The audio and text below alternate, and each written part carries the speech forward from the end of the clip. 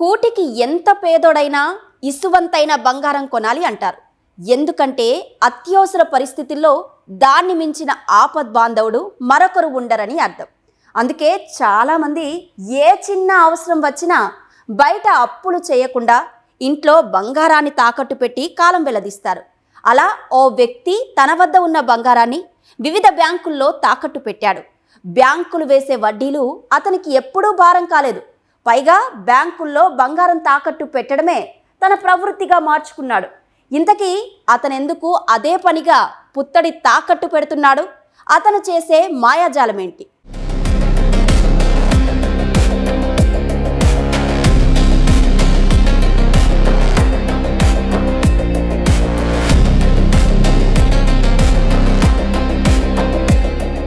ఇటీవల బ్యాంకుల్లో తాకట్టు పెట్టిన బంగారాన్ని కాజేస్తున్న ఇంటి దొంగల చేతివాటం వరుసగా వెలుగులోకొస్తున్నాయి.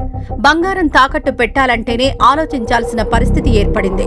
అటువంటిది ఓ వ్యక్తి మాత్రం ఇందుకు భిన్నంగా వ్యవహరించాడు. తులాల కొద్దీ బంగారం ఇట్టే తాకట్టు పెట్టేవాడు. ఒక్కడికే పదే పదే లోన్లు అంటే ఇవ్వరు కదా. అందుకే తన కోసం అనుచరులను నియమించుకున్నాడు. వారితో పెద్ద నెట్వర్క్ తయారు చేశాడు.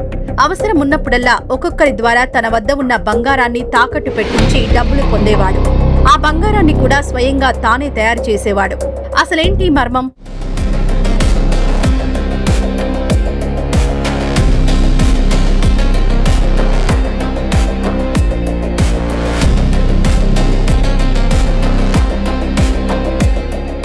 బ్యాంకుల్లో తాకట్టు పెట్టిన బంగారాన్ని విడిపించేందుకు మేం అండగా ఉంటామంటూ ఎన్నో వ్యాపార సంస్థలు పుట్టుకొచ్చాయి. అలా తాకట్టులో ఉన్న బంగారాన్ని విడిపించే ఓ గోల్డ్ కంపెనీకి ఊహించని విధంగా ఎదురు దెబ్బ తగిలింది. మా వద్ద మీ 52 తులాల బంగారం ఉంది, దానిని వేలం వేస్తామంటూ బ్యాంకు వాళ్లు బెదిరిస్తున్నారు. మీరే మమ్మల్ని ఆదుకోవాలి అంటూ ఓ వ్యక్తి వారిని కోరాడు. అది నమ్మిన ఆ సంస్థ డబ్బులు కట్టి బంగారం విడిపించింది. కొద్ది దూరం ఆ సంస్థ సిబ్బందితోనే వచ్చిన వ్యక్తి మధ్యలోనే బంగారంతో మాయమయ్యాడు. మోసపోయానని గ్రహించిన బాధితుడు పోలీసులను ఆశ్రయించాడు. రంగంలోకి దిగిన పోలీసులు అసలు కథ తెలుసుకుని ఆశ్చర్యపోయారు.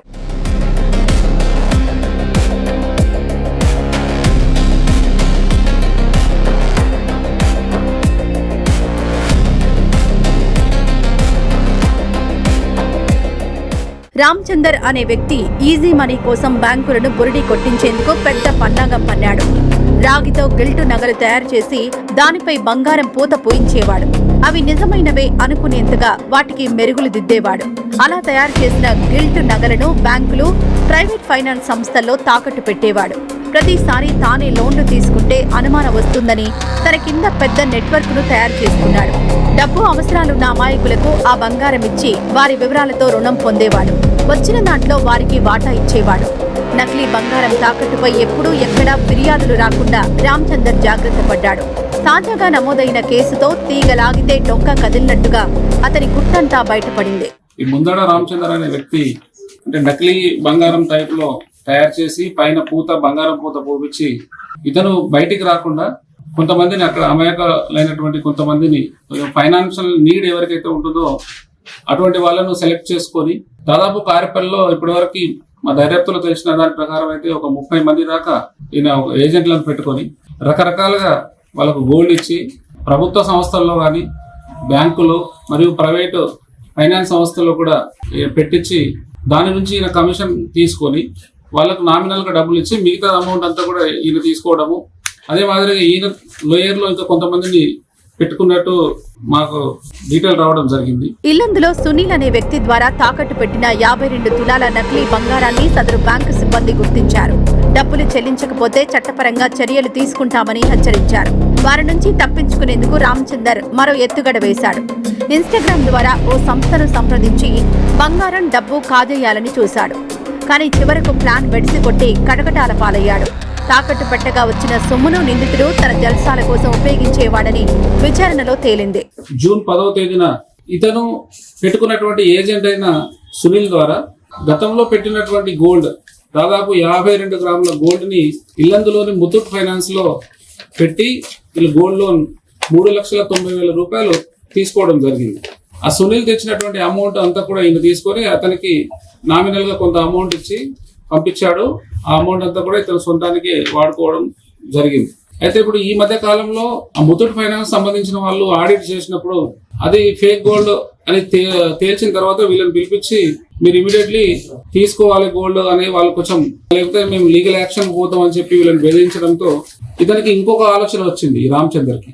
ఏంటంటే ఒక మన గోల్డ్ కంపెనీ అనే ఒక పేరుతో ఇన్స్టాగ్రామ్ లో వాళ్ళు యాడ్ ఇస్తే ఈ ఎక్కడైతే ఆక్షన్కి వస్తుందో ఆ గోల్డ్ ను అంతా తీసుకొని పోయి వాళ్ళే అమౌంట్ ఇచ్చి వాళ్ళు తీసుకొని మళ్ళీ గోల్డ్ పర్చేజ్ చేసేటట్టు వాళ్ళు ఒక యాడ్ చూసి ఈయనకు ఆలోచన వచ్చి ఈయన సునీల్ అనే అతనికి వాళ్ళ ఏజెంట్ కి ఈ సలహా ఇచ్చి మన గోల్డ్ కు సంబంధించినటువంటి కంపెనీ ప్రతినిధిని ఒకరిని తీసుకొని వచ్చి 5,80,000 రూపాయలు అతని దగ్గర నుంచి ఈ సునీల్ అకౌంట్ లోకి కొట్టించి ఈ అమౌంట్ తీసుకొని పోయి ముత్తూట్ ఫైనాన్స్ లో కడితే ఆ గోల్డ్ ఆక్షన్ పోయేటువంటి గోల్డ్ ని మళ్ళీ రిటర్న్ తీసుకోవచ్చు అనేది ప్లాన్ చేసుకొని నమ్మించి అతన్ని హైదరాబాద్ నుంచి ఇక్కడికి తీసుకొచ్చి కారేపల్లికి వచ్చిన తర్వాత అమౌంట్ అంతా తీసుకొని ఇల్లందు పోయే క్రమంలో బసవాపురం దగ్గరికి పోయి అతని మాయమాటలు చెప్పి అతన్ని స్కిప్ చేసేసి అక్కడ నుంచి ఆ డబ్బులు తీసుకొని సునీల్ పారిపోవడం జరిగింది. రామచందర్, సునీల్ తో పాటు మరో ముఠా సభ్యున్ని అరెస్ట్ చేసిన పోలీసులు పరారీలో ఉన్న వారిని త్వరలోనే పట్టుకుంటామని తెలిపారు.